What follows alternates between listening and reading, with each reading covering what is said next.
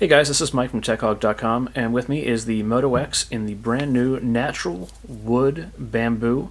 And so this is going to be kind of like a little mini review, since the phone's obviously been out since September, October last year. But now the wood that was initially announced with the devices has become available. This is the bamboo model, which was the first of the series of four that was released. Currently, there are three other ones, which are teak, ebony, and I believe it's walnut. And ebony obviously is the darkest one. Teak is a little bit similar to this here, and the walnut is more of like a chocolatey brown. But overall, the device itself, is still the same. You still have a lot of the same features that were in the phone. This has obviously been updated. I put the Google Experience launcher on here just to kind of give it a more stock feel to it. But overall, the hardware is exactly the same. But the big to do here is this new back. Is it worth the extra $25? Honestly, if you ask me, yes. It feels amazing. This is the bamboo, which is a little bit softer wood. And so far, I haven't seen any kind of scratches or dinks or dents that you might find with some of the cheaper plastic cases, which is a good thing. So, it's obviously going to be, sturdy. I don't know if you can hear that, but it definitely sounds wooden. The dimple in the back, which is kind of one of those big little surprises that everyone kind of fell in love with, that, when you hold your phone, you seem to kind of go right in that spot, isn't as hard pressed as you would find it on the regular Moto X or even the Moto G for that matter. Obviously, to press wood, you're going to, if you press it too hard, you're going to start to see a little bit of a line, and who knows what it might do to the wood. But it is there if you can see it slightly. The dent is there; it's just not as pronounced as you would find it on the regular Moto X with the polycarbonate shells. This one is for AT&T. It does have the copyright stuff at the bottom here. I don't know if you guys can see that or not. If you hold it in a certain light, you can kind of see it scrawled across the bottom. Otherwise, you can't see it at all when it's in your hand. But the nice thing is it doesn't feel like it would want to be one of those cheap little vinyl skins that's stuck on here. It has a really nice texture feel to it. It's not quite as grippy as the polycarbonate and the soft rubber touch feeling, so it is a little bit more smooth. If your fingers are wet, you might find that you might slip off a little bit, but I don't think you're going to need a case. I don't personally use cases. I don't like to mess up with the aesthetics of the phone.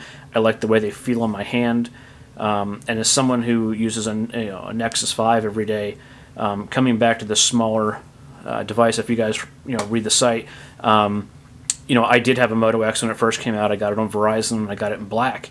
And, I had that device until the Nexus 5 was announced, and I ditched Verizon and went with prepaid AT&T's Go plan for $60.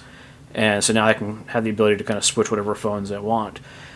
So coming back to this after using the Nexus 5, there's some pluses and minuses that I really liked about the Moto X.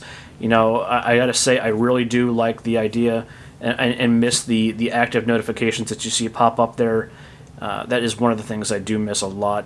I do like the notifications of being able to kind of see what's coming on. Probably the biggest thing for me is the phone's design. I like the thickness of it. I like the curvature to the back of the phone. It really does fit great into the hand. And it probably feels as good to me as probably my favorite device to hold, not necessarily to use, but to hold, was the iPhone 3G or /3GS. It was a phone that just felt incredible in the hand, and the Moto X has a lot of that inspired feeling of that curved back that you don't typically find on the Nexus 5. Obviously, the Nexus 5 is a straight-up slab candy bar. I mean, it's flat on all sides. But then again, I do like having that 5-inch display on the Nexus 5, but overall, the power and the processing of this device really made me miss it a little bit. So if it's something that you guys haven't picked up yet and you want to know if this is the one for you, don't let the specs get you down. The Moto X really does, and it really is a device in its own category. It's not going to be a Galaxy S4. It's not going to be a Note 3. It's not going to be a LG G2. The Moto X is a device for people who want something that works really well and is aesthetically pleasing. And that's exactly what they've accomplished. It's a great phone to have. It's a great phone to use. And you're not going to notice any kind of slowdowns. You're not going to notice, the little nitpicking things that some of the hardcore fans want. This is a device that really works well for everybody.